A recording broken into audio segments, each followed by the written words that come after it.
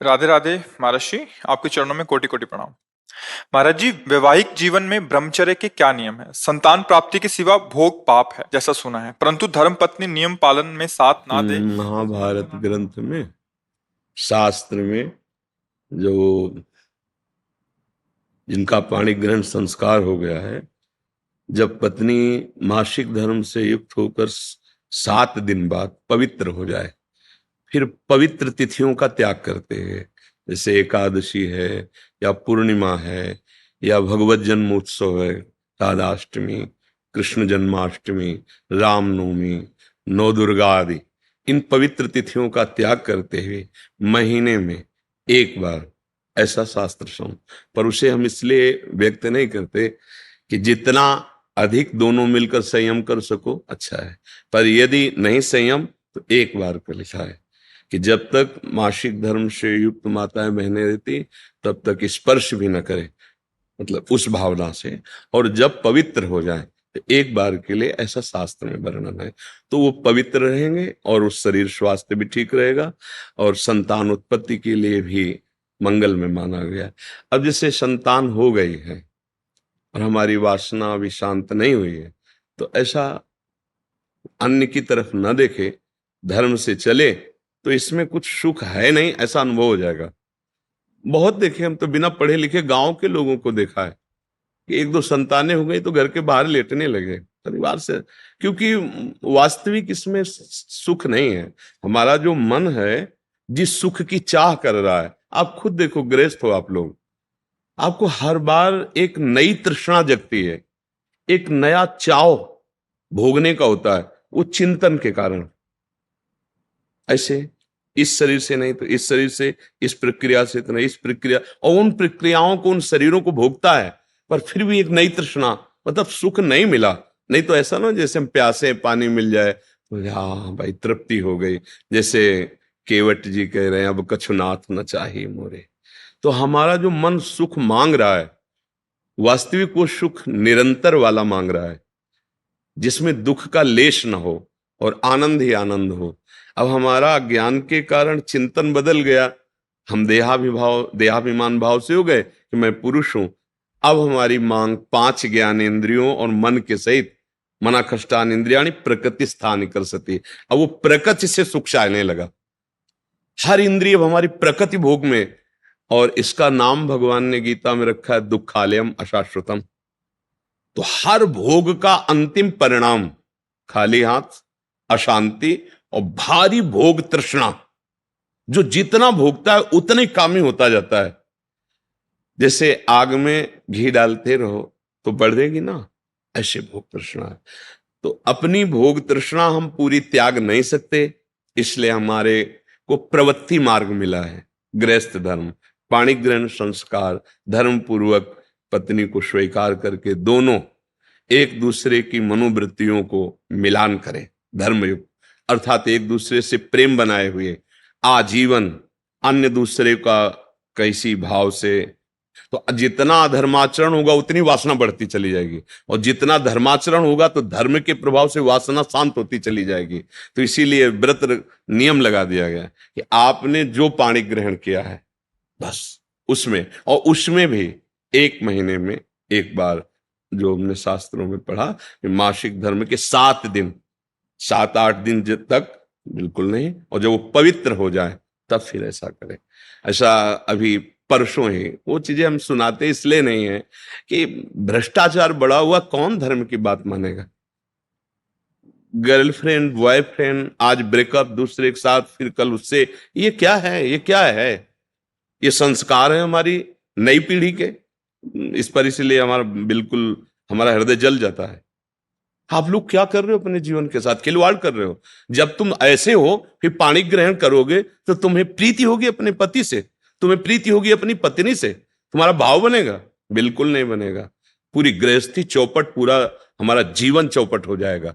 अगर एक पत्नी से चलोगे व्रत लेकर, धर्म से, एक सीमा, और धर्म की पूर्ति के लिए संतान उत्पत्ति क्रिया, और बाद में निवृत्त होकर भगवान को प्राप्त करना। अगर आप व्यभिचार करेंगे तो इतनी आसक्ति बढ़ जाएगी, अब आप लोगों को क्या बताना है। अवस्थाएं हो रही पर मन की दशा को देखो क्या है। पैसा है तो आप पैसे के बल से कौन सा व्यभिचार कर रहे हैं? आप देख लो ना, अपने जीवन को देख लो, हमें क्या बताने की जरूरत है? क्योंकि हम तो शास्त्र के इशारे को देखते हैं कि अगर मन भगवान में नहीं लगा तो तुम चाहे 90 वर्ष के हो, वही मन मांगेगा जो जीवन भर मांगा है। तुम्हारी वासना तुम्हें जलाएगी, भ्रष्ट करेगी, नीचे गिराएगी। इसलिए भाई अब हमारा तो इस विषय में बोलने की हिम्मत ही नहीं रह गई है। हिम्मत तो तब हो ना जब आपके आचरण पवित्र हो। 20-25 तक पहुंचते पहुंचते आपने अपना सर्वनाश कर दिया अन्य क्रियाओं से, अन्य वासनाओं से। कैसे बताए, कैसे बताए?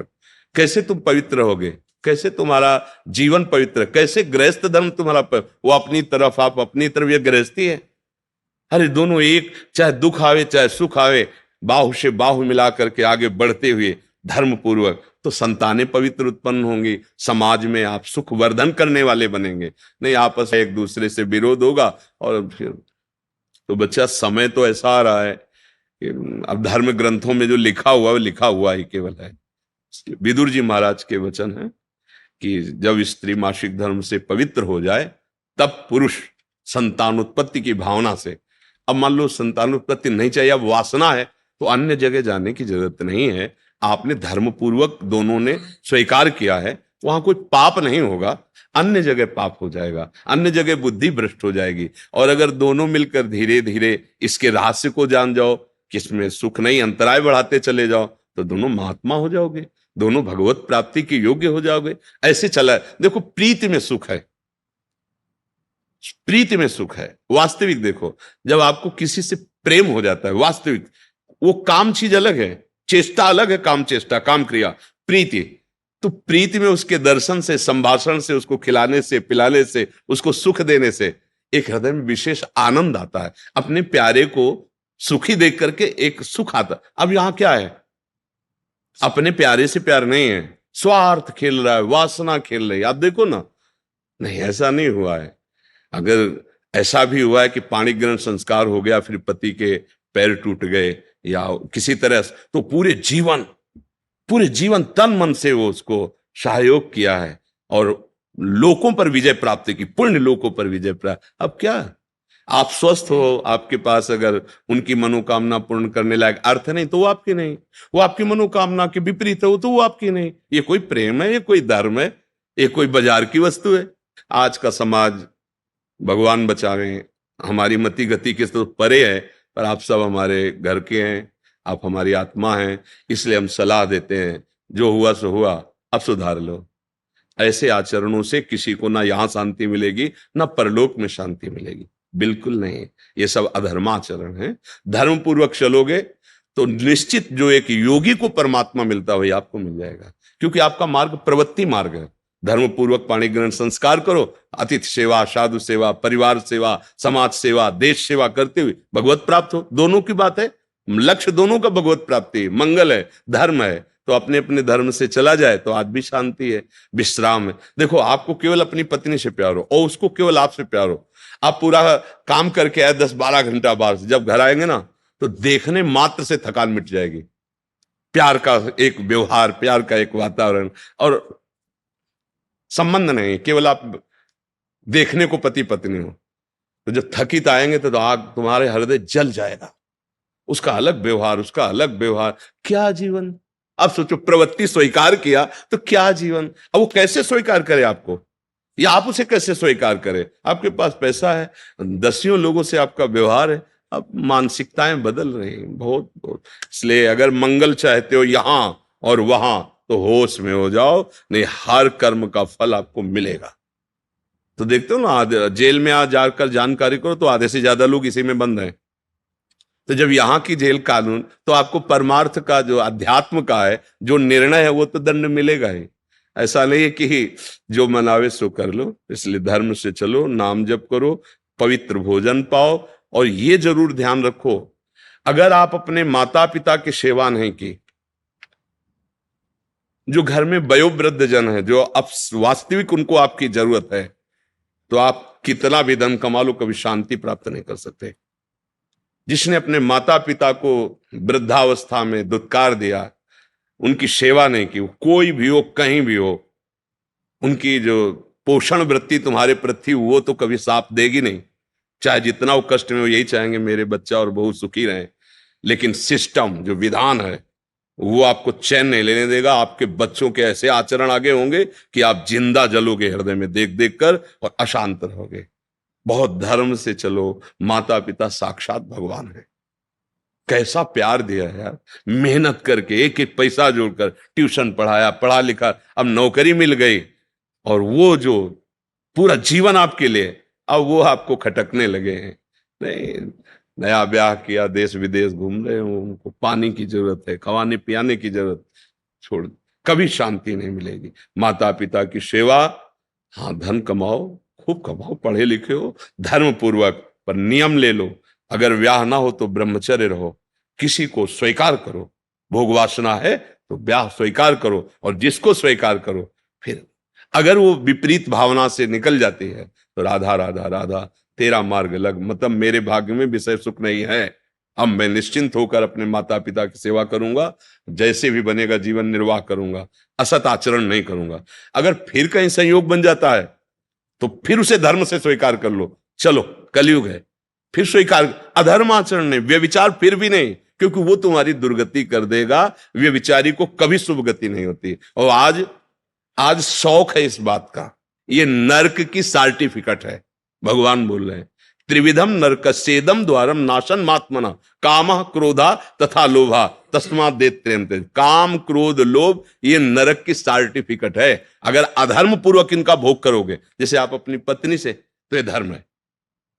अगर अधर्म पूर्वक आप पत्नी से भी अपने अधर्म पूर्वक राक्षसी भाव में आ जाएं, तो आप दंड के अधिकारी, यहां भी नहीं अधिकारी, वो जाके शिकायत करे तो आप ये कानून दंड देगा ना। पत्नी है पर आपने राक्षसी प्रवृत्ति का अगर प्रयोग किया तो यहां भी दंड है, तो आप भागवतिक दंड से कैसे बच जाएंगे? बहुत सावधानी से।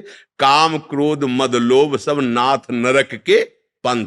ये पैसे के बल से, प्रभाव के बल से व्यभिचार प्रवृत्तियों में उतरना मानो नरक की सर्टिफिकेट। तुम्हारे कर्म तुम्हारे ऊपर लागू हो जाएंगे। आप भले सुधर गए हो, पर वो जो बोया है उसको काटना पड़ेगा। अवश्य में भोक्तव्यम। इसलिए भाई बहुत होश से, भगवान की कृपा है कि हम आप मिलकर धर्म शास्त्र की वार्ता कथन श्रवण कर रहे हैं, तो इसको व्यर्थ न जाने दें। अभी तक जो भूल हुई हुई, अब आगे हम संभाल लें। अगर आगे संभाल लेंगे ना, तो सड़ा गोदाम पीछे करके नया माल लगा दो, वो खत्म हो जाएगा। ये नया है, मंगल कर देगा। हमारा जो गलत आचरण वो हमें बख्शेगा नहीं। अगर भजन नहीं किया, सत आचरण में नहीं चले, माता पिता का दुलार जो हमें मिला उसका हम परोपकार, हम कृतज्ञता, उनको वैसे ही दुलार करें। अब वृद्धावस्था आ रही है, हम इसलिए बोल रहे हैं कि बहुत से उदाहरण हमारे सामने। अब वो शौच चारपाई में ही कर रहे हैं, कोई उठा, नौकर थोड़ी करेगा। नौकर तो क्या बर्ताव करता है, आपको जैसे आपको दुलार उन्होंने किया था, अब अवसर आया है, आप दुलार कर लो, निश्चित मंगल हो जाएगा। लोक परलोक सब बन जाएंगे। धर्म से चलो, नाम जप करो। श्री हरिवंश महाराज जी, आपके चरणों में कोटि कोटि प्रणाम। महाराज जी, मेरा प्रश्न है कि ईश्वर ने जीवों को बनाया ही क्यों? जब वो स्वयं ही सामर्थ्यवान है, तो फिर जीवों को पहले समझो, जीव नाम की कोई वस्तु ही नहीं है। जब आप क्यों शब्द कहोगे तो फिर शास्त्र सिद्धांत अगर कभी सुना हो, पढ़ा हो, तो समझ पाओगे। ईश्वर के विषय में प्रश्न करने के लिए पहले शास्त्र स्वाध्याय करना चाहिए। अच्छा, नहीं किए तो फिर संतों की बात मान लेनी चाहिए। उसमें क्यों क्यों क्यों नहीं लगाना चाहिए, क्योंकि श्रद्धा विश्वास के बिना ज्ञान नहीं होता। श्रद्धावान लभते ज्ञानम। भवानी शंकरो वंदे श्रद्धा विश्वास रूपिणो याभ्याम बिना न पश्यंती सिद्धा स्वांता स्तमीश्वरम। यदि श्रद्धा विश्वास नहीं है तो फिर आपके कोई प्रश्न का उत्तर हो ही नहीं सकता। अगर श्रद्धा विश्वास है तो मान लो कोई जीव नहीं है। जब सृष्टि प्रकट हुई तो उस भगवान के श्वासों से वेदों का प्रादुर्भाव हुआ। वेद के कोई रचयिता नहीं, जैसे भगवान श्री कृष्ण द्वैपायन व्यास देव जी है ना, ये वेद जो है उसका विस्तार किया है, रचा नहीं है। वो तो स्वयं प्रकट वेद हैं। जैसे भगवान प्रकट होते हैं, ऐसे वेद प्रकट हुए हैं। वेद कहते हैं कि एको हम बहुश्याम। भगवान ने खेल खेलने का विस्तार किया। क्या? अपने को बहुत रूपों में प्रकट कर दिया। भगवान जिसे ब्रह्म कहते हैं, उससे मूल प्रकृति, मूल प्रकृति से त्रिगुणात्मिका प्रकृति, सतोगुण रजोगुण तमोगुण, उससे महातत्व, महातत्व से त्रिविध अहंकार, उसी से त्रिविध अहंकार में जैसे रजोगुण से ब्रह्मा और शतोगुण से भगवान विष्णु और तमोगुण से भगवान शिव विनाश, ये फिर सब देवी देवता, सब जीव शक्तियां, जड़ चैतल सब प्रकट हो गया। कहने में देर लगी, प्रकट होने में देर नहीं लगी, इतने में सब कुछ हो गया। एको अहम, एक मैं, बहुश्यामा, बहुत रूपों में हो जाऊं, इस संकल्प से तत्काल अनंत ब्रह्मांडों का सृजन हो गया। वही भगवान। अब शर्त रख दी गई, इतने रूपों में वही हैं। 84 लाख योनियां हैं, 83,99,999 योनि में तुम मुक्त नहीं हो सकते। एक केवल गेट रखा गया है, मनुष्य योनि। तुम वही हो, दूसरे नहीं हो, निकलो इससे। पर ये रचना ऐसी है कि जब इसमें आए तो हम भूल गए कि हम कौन हैं। मैं पुरुष, मैं स्त्री, मैं गोरा, मैं काला बन गया। कोई नहीं। जीव जानते हो किसे कहते हैं? जो देह भाव को प्राप्त हो जाता है उसे जीव कहते हैं, और जो देह भाव मुक्त हो जाता है उसे शिव कहते हैं। नहीं, संत लोग जपते शिवोहम शिवोहम अहम ब्रह्मास्मि, ब्रह्म, मैं ब्रह्म हूं, ब्रह्म हूं। वो दूसरा नहीं है कोई, वही है। अपने आप को भूल गया।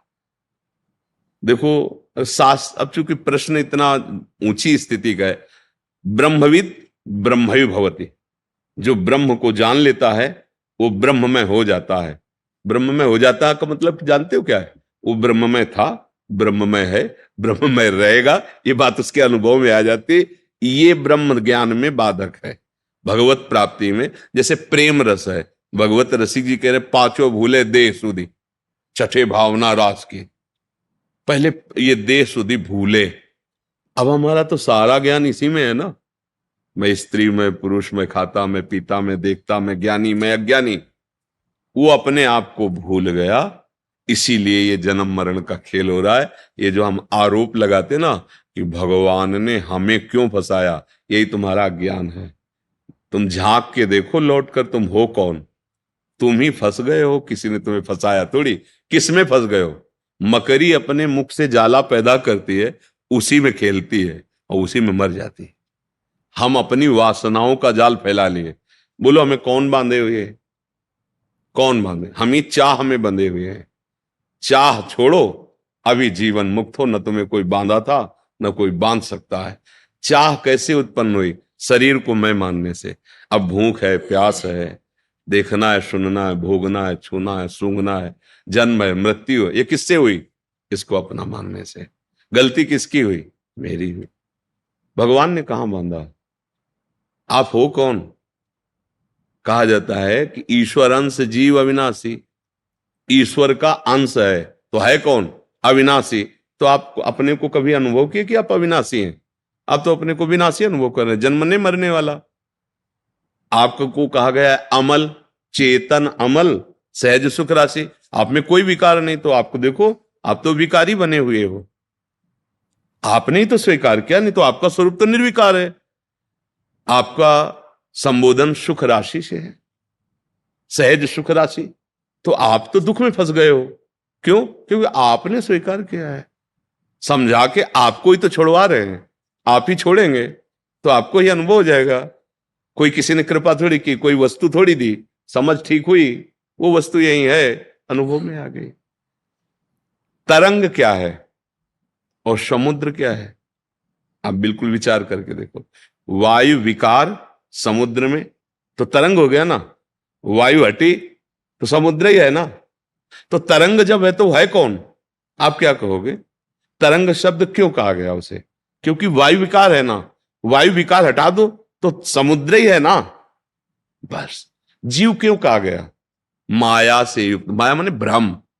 भ्रम से युक्त होकर अपने को देह मानकर कर्ता भोक्ता भाव में विचरण करने लगा। तो मानो जैसे किसी व्यक्ति को कहा जाए ए रिक्शा, तो खड़ा हो गया। वो रिक्शा है क्या यार? पर उसने इतना तदात्म कर लिया है रिक्शा से कि रिक्शा बोलते ही वो खड़ा हो जाएगा। अच्छा, फिर इसके बाद कई बार उदाहरण दिया, पैसा बढ़ा के टैक्सी ले ले, ए टैक्सी, अब वो टैक्सी में खड़ा हो जाएगा, रिक्शा कहने से नहीं खड़ा होगा। हमारी दशा यही है। हम जिस शरीर को प्राप्त होते हैं उसी में इतना हम कर लेते हैं। इसीलिए एक तरह समझो कि उस महान तत्व की निंदा की जा रही, उसे जीव कह के, ए जीव देहाभिमानी, कहां वो पर ब्रह्म परमात्मा का स्वरूप है और वो देह में फंस गया, कामी, क्रोधी, लोभी, मोही, मन उसकी निंदा की जा रही। क्यों? उसने स्वयं पकड़ लिया, इस भाव को स्वीकार कर लिया। यही ज्ञान के द्वारा हटाओ, और जहां आप आए अपने स्वरूप में, तो न काम है, न क्रोध है, न लोभ है, न मोह है, न मद है, न मत्सर है, न स्त्री है, न पुरुष है, न जड़ है, न चैतन्य है। वेद कहता है सर्वम खलमिदम ब्रह्म। अब जिधर अनुभव ब्रह्म ही ब्रह्म। देखिए भगत लोग अनुभव करते अपने इष्ट को, जैसे गोस्वामी जी के सिया राम में सब जग जान रहे ना, जड़ चेतन जग जीव जत सकल राम। जैसे अपने लोग श्यामा श्याम में सब बिहारी जी हैं, बिहारी जी के सिवा दूसरा कोई है ही नहीं। ये बात समझना होगा। अगर ज्ञान नहीं है तो हम फिर ये दोष काल ही कर्म ही ईश्वर ही मिथ्या दोष लगा। मिथ्या माने झूठा। अब काल के अधीन हम तो हैं, अब जो ऐसा हमारे भाग्य में जैसा हो, ये सब अज्ञानी जीवों की बातें हैं। तो इसलिए अगर शुद्ध बात समझती हो तो भगवान ने नहीं फंसाया है, हम खुद फंस गए हैं। कहाँ कोई बांधे हमें बताओ? हमारी इच्छा ही तो हमें बांधे। हमें प्यारा लगा रूप, हमें प्यारा लगा भोग, हमें प्यारी लगी वस्तु, हमें प्यारा लगा पद, हमें प्यारा लगा रुपया, इसलिए हम ही फंस गए अपने प्रेम को ना समझकर। जो प्रेम हमें अपने स्वरूप, अपनी आत्मा भगवान से करना है, वो हम नानात्व में कर बैठे। और जब भगवान से करोगे तो उनके सिवा कोई है नहीं, ये अनुभव हो जाएगा। और जब प्रभु से विमुख हो तो ये नानात्व फैल गया। ये अज्ञान मिटाए बिना इस प्रश्न के उत्तर को सुन के भी आप समझ नहीं पाएंगे। बिना हृदय पवित्र हुए नहीं समझ। जैसे दर्पण है आपके पास, पर उसमें मल लग गया है, तब आपको अपना रूप दिखाई नहीं देगा। ऐसे ही ज्ञान है आपके अंदर, बुद्धि है, पर ये माया मल से ढक गई है। ये बात आपके अनुभव में नहीं आएगी।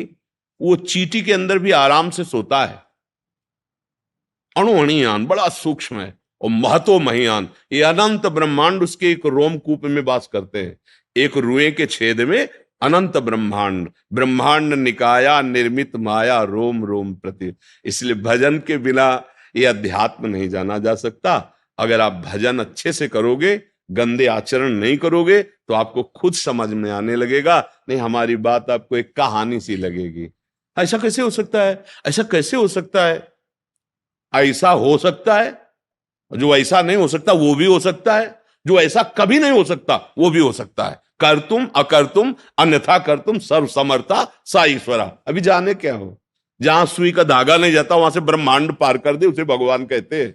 वो इतना सामर्थ्यशाली है। इसलिए बहुत बहुत बहुत होश में तही। एक बार सुदामा जी महाराज द्वारिकाधीश से फिर बार बार मिलने ही जाते थे, तो एक बार समुद्र स्नान करने जा रहे थे। तो सुदामा जी ने कहा, प्रभु बहुत ऋषि मुनि कहते आपकी माया बड़ी विचित्र है, बड़ी भयावह है। अब हमको दिखाओ तुम्हारी माया है क्या? माया क्या है? भगवान ने कहा पहले समुद्र में स्नान कर लेते हैं, फिर बाद में बैठ के बात करेंगे। सुदामा जी और प्रभु ऐसे पास ही पास डुबकी मारे। जो ही डुबकी मारे तो सुदामा जी ने देखा कि एक राज्य में पहुंच गए। बड़ा सुंदर नगर है। सुदामा जी का स्वागत हुआ, बड़ा सुंदर रूप। राजा ने माथा रख के प्रणाम किया, आओ महाराज। हमें बड़ा अच्छा लग रहा है। और राजकुमारी इतनी सुंदर। बोले महाराज बस हम वर ही खोज रहे थे, आप जैसा वर भगवान का भक्त, हम तो निहाल हो गए। हमारी कन्या स्वीकार को, उनकी स्वीकृति की जरूरत नहीं, जबरदस्ती ब्याह हो गया। महल और सब हाल, कई लड़का बच्चा हुए। बाद में पत्नी मर गई, 10वें वर्ष व्यतीत हो गए। पत्नी जब मरी तो वहां का धर्म था, राजा ने बताया कि जैसे पूर्व में अपने यहाँ पति पधार जाए तो पत्नी सती हो जाती थी, वहां अगर स्त्री पधार जाए तो जबरदस्ती पुरुष को जलाया जाता था। तो अब चिता में बांध दिए गए सुदामा। अब लगा कि जिंदा जला दिए जाएंगे, तो बड़ी जोर से पुकारा, हे श्री कृष्ण रक्षा करो। तो भगवान ने ऐसे उठाया समुद्र से, बड़ी लंबी डुबकी मारी। बोले प्रभु अरे यहाँ ब्याह हो गया, लड़का बच्चा हो गया हमको। बोले अभी हमने जो डुबकी मारी थी अभी दोबारा नहीं मारी है, तुम्हारे उछरने को देख रहे, इतने में देख लिया।